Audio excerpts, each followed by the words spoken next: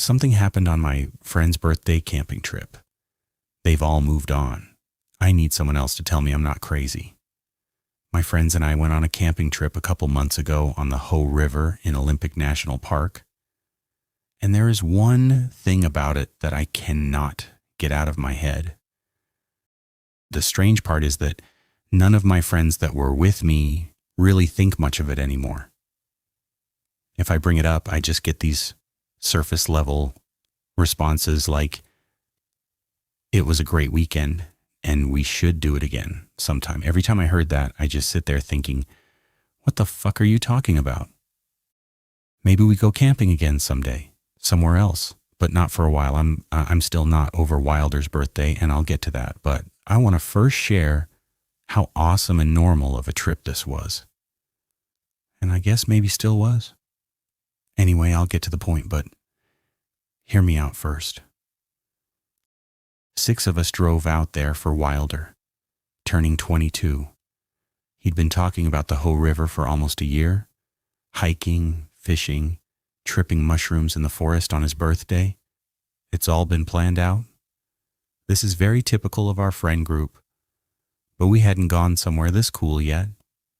Wilder and I planned most of the details ourselves, and the rest of them were just like this. Sounds awesome. Let us know when and where, and we'll be there.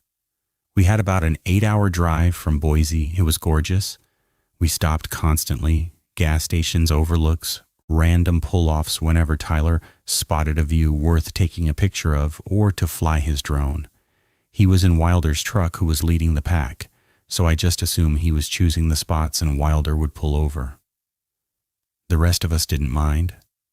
The road trip alone was already a blast, and we all took plenty of time off work. We were in no rush. Tyler would take out his fancy camera stuff and spend a little while taking pictures. I swear he brought like 8 different cameras. He would also film the group with one of his cameras or the drone. He wanted to document this trip like a movie, which we were all stoked for. The rest of us would just catch up with each other in the other cars, smoke a joint, talk about the first things we want to do when we set up, etc. Last stop was at the National Forest entry sign. We wanted to get a group picture and film us crossing over. This place is huge. We drove for probably another hour, seeking out the best spot to set up camp. We had 3 overland vehicles, so the terrain wasn't a problem. We could have pulled off anywhere. We passed quite a few other campsites. A few families, 1 or 2 other small groups spread out for miles across the banks of the river. We settled far enough away from any of the ones we passed where our noise wouldn't bother them. We're here to fish and hike and do that kind of stuff during the day, but we don't want to have to worry about being too loud for neighbors at night. Wilder pulled off the trail in a spot where the trees were barely far enough apart to get his truck through. I don't even know how he saw it. We were moving when he just stopped and pointed at a gap in the tree line. It didn't look like anyone else had ever considered they could make it through here. At least, there were no signs someone had ever driven to this spot before. The rest of us were skeptical, so we let Wilder and Tyler try to maneuver through before the rest of us followed. It took some skill, a few 3-point turns to make it through, probably scraped the side of his truck up a few times, squeezing through, but he made it. He hopped out and yelled something like, "It's fucking perfect!" Him and Tyler walked back through the forest to help navigate the rest of us through, Tyler filming some of it. We parked sort of aimlessly at first, just to hop out and celebrate. I grabbed a few of us beers from the cooler in my tailgate and we walked down to the river. It was probably 50 yards from where we parked at the tree line, close enough to hear it from the campsite. It was wider than I expected, moving pretty steady, almost calm on the surface, but you could tell it was heavier than it looked. It was fucking awesome. The group was excited, chatting and joking about whatever, planning out the next few days, thinking if we set up camp fast, We can try to catch some fish for dinner. We have plenty of food, but we really want to catch and cook as much trout/salmon as we could this week. Maybe we could get lucky on the first night. We spend the next hour or so setting up. Music playing on Sam's giant Bluetooth speaker. We had repositioned our cars to make a semicircle. We could string lights across to light the entire campsite. We set up our tents on the other side of the cars, sort of completing a circle where we can set up the fire pit and everything else in the middle. One section is a full-on outdoor kitchen. Coolers, camp stoves, cutting boards, totes of utensils, slates, etc. The rest are like full-on outdoor living areas. Blow-up couches, camping chairs, card tables, and more coolers. The girls brought some cool psychedelic tapestries to hang around the trees. We had our hammocks hanging between them. The campsite was top tier. I would have loved to have gone back there again by now. Maybe I need to. Anyways, it was starting to get dark, and we needed to collect some firewood, so we didn't have time to fish that night. Sam built a fire pit dead center of our circle while the rest of us collected wood. Once the fire was built, my girlfriend Chloe and I slipped away down to the river while everyone else was prepping dinner. I can't remember exactly what we were talking about. We were several beers in by that point, just wandering along the bank and enjoying finally being there after a full day of driving. I do remember thinking it was crazy we couldn't hear Sam's music anymore. The river wasn't that loud and we weren't that far away from them. We couldn't hear it again until we were back in the circle, our own little world for the next week. There are potatoes wrapped in tinfoil, thrown directly in the hot coals. Sam grilling steaks over a grill grate with a heavy metal stake drove into the ground next to the fire. A pan of veggies sizzling next to them. Tyler and Emily are making bread dough to cook directly on the ashy coals, just like Luke Nichols, ready to be smothered in honey. We have spent hours smoking weed and watching his Outdoor Boys YouTube channel together leading up to this trip. We were way too excited about that part. He inspired half of this trip. I had to mention it and credit the goat. We all eat together, laughing, joking. Tyler taking photos and filming random points of the night. One of the best nights of our lives. This place was a total vibe. At this point, it feels like every night here is going to feel this way. Most of us are pretty drunk at this point. The girls don't drink as much as the guys. And Emily doesn't really drink at all, but we're all having a great time. The boys plan to get up early and hit the river. The girls are going to hike around. Most of us head to bed to prep for the early morning. I think Wilder and Sam stayed up. The next day, the boys got up right as the sun was peeking up. I'm still kind of drunk from last night. Make a pot of coffee and grab some protein bars or something for breakfast. We grab our fly rods and throw on our waders and hit the river. This is really what I was most excited for. We spent a couple hours fishing, wading down the river a little bit, but not too far from camp, so it's not too hard to walk back upstream. The side of the river we were on was a lot shallower. Tyler had his camera with him, so we didn't want to risk trying to cross. But walking up the banks of this side of the river is not really possible. Between the three of us, I think we caught 8 that morning. We were back at camp around noon. The girls were gone on their hike. I'll start sparing so many details about the camping itself. Just want y'all to understand what kind of trip this was and how great of a time we actually had. Wilder's birthday is the important part, mainly the morning after.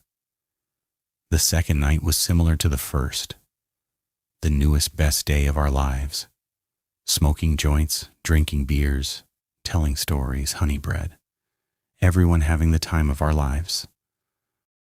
The third day was Wilder's birthday, so we're trying to plan something we can all do together during the day. Ultimately, we wanted Wilder to decide whatever we do, but he didn't want to plan anything specific. He would have fast-forwarded to the next night to eat the mushrooms if he could. That morning, the girls got up early and decorated the camp with mushroom and fish-themed birthday decorations.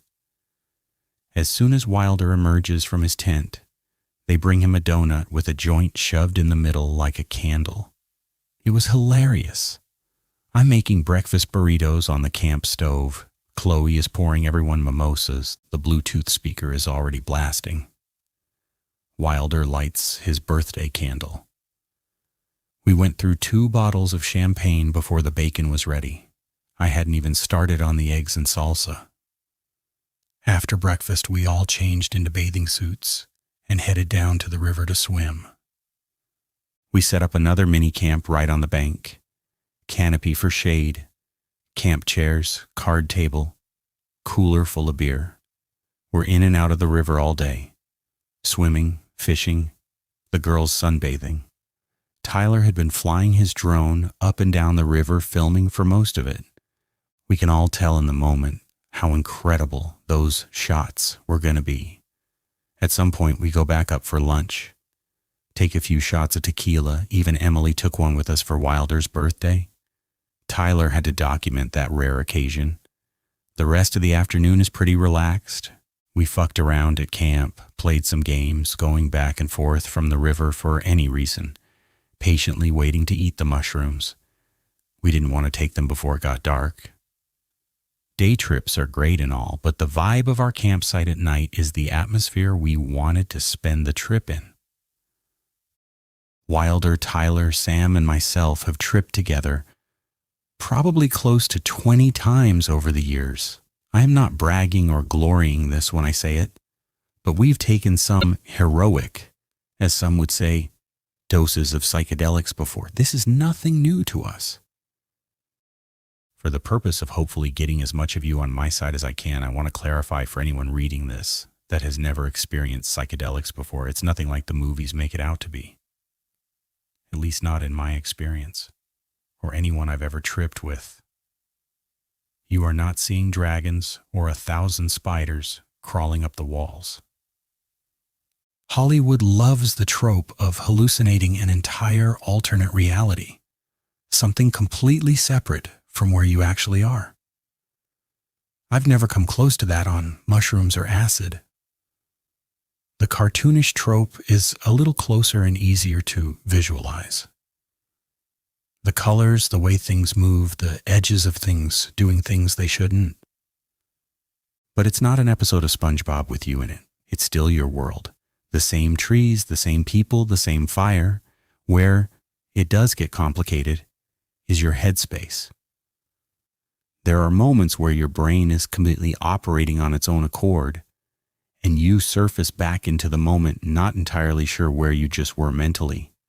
That's the part that can get scary. But it has nothing to do with what you're seeing, it's more what you're thinking. Your thoughts can take you places that are hard to come back from if you're not careful or not ready for it. But you always come back. Anyways, and it sounds bad to say as I write it, but some of the most fun I have ever had has been on psychedelics. Chloe had tripped a handful of times at concerts or music festivals and stuff like that, but very minor doses compared to what the rest of us typically do. Enough to enhance her experience, her mood, the way she perceives everything, but I don't think she's pushed it to that headspace before. Oh, so the only one in the group that hadn't experienced them before is Emily. She just has no interest in any of that stuff. She has the personality to thrive in any environment without the aid of any substances or alcohol. Cigarettes are her only vice. Being Wilder's birthday dinner, and the fact that we needed food in our stomachs from drinking all day, and what the mushrooms are going to do in our stomachs, we made an extravagant dinner for Wilder. Braised short ribs, mashed potatoes, stir-fried veggies, a salad, rice, and of course a birthday cake. We ate a little earlier that day while the sun was still up. We wanted to give our stomachs enough time to settle after that kind of meal. The rest of the group kind of prepped the campsite to be a little more psychedelic, but comforting for the evening. They cleared off tables, picked up trash, put knives and shit like that away, set up glow sticks on the ground to create a path down to the river so nobody gets hurt stumbling down there. Scattered the rest of them on the tables. Put a black light near the tapestries. We were prepared. I had brought 2 ounces of mushrooms, more than enough for the 5 of us to indulge for one night. And plenty left over if we want to do it again before heading back home. I was preparing them to make into chocolate bars while they were cleaning up camp. Me, Tyler, Wilder, and Sam are going for it. 5 grams each off the rip. Chloe likes to start small and build her way up if she wants more. She wanted to start with 1.5 grams. As I weigh the first 5 grams out, Wilder just goes for it and eats them straight, washing them down with a sip of beer after every couple. They taste like shit, by the way, like someone took their finger and wiped it on the bottom of a really old couch and you licked it off. That's the best way I can describe it. I weighed out the rest of ours and put them into separate solo cups while they finished setting up. I used scissors to chop them up as finely as I could, melted down some chocolate, and poured it into popsicle molds and mixed in the mushrooms to each one. I marked Chloe's mold with a Sharpie to know which one to give her. One of our coolers still had dry ice at the bottom, with plenty of normal ice on top. Threw the molds in there for about 30 minutes for them to harden up. Sam had made a playlist specifically for this night, even putting all the songs in a certain order to make them more fitting as the night progresses. Once he pressed play, all phones were put away except for Emily's. She's allowed to keep hers while on parent duty. Tyler put all his fancy cameras away too, to not risk carelessly breaking one of them. He's using his Polaroid for the rest of the night. We all eat our chocolate bars. Wilder is already coming up. We had got Wilder a nice bottle of bourbon for his birthday. I couldn't tell you the name of it, but it was like $200 and tasted good. The boys each pour a heavy glass, the girls sipping wine, even Emily. We sit around the fire listening to the playlist breathe, talking about who knows what. Wilder's obviously kick in first, and he just has the biggest smile on his face you've ever seen. There's a point in the come-up where you feel weird but not high yet. That feeling usually makes me a little nervous, but that period doesn't last long, and alcohol typically hurries that along. Even without that, something will take you out of it. I think that's where Wilder was at this point. He got quiet, but can't wipe that permanent grin off his face. As the next hour or so goes by, there is a constant echo of laughter. I'm talking your stomach hurts from laughing so hard, tears rolling down our faces. Everything becomes funny. Anything you say, anything you do, yourself or someone else, is going to find humor in it. Ours is contagious. Even Emily is laughing her ass off with us.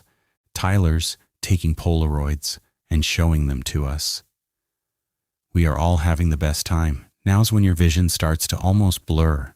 Not the type to where you can't see, but where colors are stretching and more vibrant. There's a breathing effect on anything you focus on for more than a second. You feel like your peripheral vision has expanded and you can see an extra 10 feet over your shoulders in both directions. Sometime during that period, Emily asks us if we wanted s'mores. The reaction out of all of us is like, this is the greatest idea any of us has ever heard. How did she come up with that? We were laughing our asses off, realizing how we sounded. I'm laughing right now thinking about it. Chloe and I get up to help her get everything together. We all roast our marshmallows. Chloe likes hers burnt, so she puts it close enough to catch on fire. She zones out a little too long staring at the flaming marshmallow before she realizes it's a little too done. I'm crying laughing again. We smoke some joints, drink some more, a lot more actually. Alcohol seems to not affect you as hard mentally while tripping, but it definitely still affects you physically. Ain't Nobody by Chaka Khan comes on. Chloe and Emily stand up and start dancing together. The rest of us can't resist. We stand up, a slight stumble, and I don't even know how to describe what happened next. There's a version of dancing you do at a bar when you're drunk and trying to look cool, and then there's whatever this was. Nobody was trying to do anything. We were just moving. All 6 of us were completely lost in it together around that fire. Tyler and Wilder go full slow motion. I take the camera from Tyler to make sure he's included in some of the pictures. I go full Steven Spielberg, one eye closed, framing everything up like I'm shooting a blockbuster, narrating shots out loud to nobody in particular. We are tripping balls at this point, and this is where it gets a little blurry. But the music, the dancing, that vibe had to have continued for a couple hours. That headspace I was talking about fades in and out. One minute I'm completely coherent, almost uncomfortably aware of everything around me. The way the fire sounds, someone's laugh cutting through the music. And then without deciding to, my mind goes somewhere else entirely. It's like zoning out, that feeling you get staring at nothing in particular, and someone has to say your name twice before you hear them. On mushrooms, it goes deeper than that, but it's the same idea. It never lasts long. Anything sudden pulls you right out of it. A loud laugh, someone grabbing your arm, a song changing. You come back, and you're exactly where you left. The fire is still there. My friends are still there. After some time, it will build again. Wilder was gone at this point. Not to say the rest of us weren't, but he was feeling it the best. We stumbled down to the river and he flat out ate shit in the dark. Tyler and I almost fell ourselves laughing. The girls had to help him up. We took some blankets down and laid there staring up at the stars, switched the music to Dark Side of the Moon and alike. It was a dream. The kind of moment you know is special while you're still in it. I couldn't tell you how long we were down there. Not because this is where I start not remembering things. This is just the moment where we all went quiet and into our own heads. The stars were doing what stars do when you're tripping. Emily fell asleep for a little bit. After some time, she says she's going to go back up to camp and make a cup of coffee. Sam asked her to bring the bottle of tequila down when she came back. She was gone for what felt like an eternity, but probably wasn't. She came back with the tequila, and we passed it around. Emily passed this time and jokingly said, "It's no longer Wilder's birthday," and sipped her coffee. We all knew she was practically done for the night. We went back up to camp, built the fire back up, and went back to dancing like no one was watching. Emily didn't last much longer. The coffee didn't help that much. She gives us all a hug, tells us to have a great rest of our night, wishes Wilder a final happy birthday, and heads to her tent. I asked her what time it was as she was walking away, and she said, 12:30. That means we still have plenty of trip left. Now I'll admit, I'm not only still tripping hard, but I'm absolutely hammered at this point. And yeah, I know how that sounds given everything I just said about always knowing where you are and what's going on. But there's a difference between being drunk and high and not remembering something and not remembering entire hours of your night. I've been way more gone than I was that night and still come home with a near perfect memory of the night. I remember the sun coming up. I remember deciding it was time to go to bed. Chloe and I even had sex when we got back to the tent. You don't black out the hours before that. And even if I did, what are the chances every single one of us did? When I woke up in the morning, I climbed out of my tent and Wilder was the only one up already. He's flipping through the stack of Polaroids from last night, laughing way too loud like he typically does. I go to take a piss by a tree and then grab a beer before even considering coffee and sit down at the table next to him. I'm still high, I'm still drunk. My body is the only thing that feels like shit. Wilder says something along the lines of, "How fucked up did we get last night? Who the fuck are these people?" and shows me a picture. It's a Polaroid from last night, and it's Chloe and another girl. laughing together. It's candid like most of them. Then there's one of Tyler and the same girl and another guy. Then there's one of this couple holding Wilder like a baby, another one of me talking to the guy. There's a picture of all of us with these people except for Emily. The pictures weren't out of the ordinary. In fact, they look like they could have been with us the entire night with how comfortable and happy we all look together. Wilder and I are like, what the fuck? We must have been super fucked up last night if neither one of us remembered these people. We kind of brushed it off in the moment, but neither of us could believe we didn't remember them. We have never been that far gone. We walked down to the river just kind of laughing about it, talking about the craziest parts of our trip. Maybe 30 or so minutes later, Chloe walks down to the river and asks how we're feeling. We both shake the beers in our hand and laugh. Surprisingly, not too bad. Neither one of us remember that couple from last night, though. Where did they come from? Chloe says, huh? What couple? I remember the look Wilder and I shared with each other. No fucking way she doesn't remember them either. She ate a fraction of the amount of mushrooms we ate and definitely didn't drink as much. She would remember. I said, you don't remember a random couple being with us last night? Her look is just like, no, you guys are still tripping. Wilder says, there's Polaroids of us all together last night. You were dancing with them in some of them. Show me. We walk back up in silence, all confused at this point. We showed her the pictures, and she had the same reaction we did. What the fuck?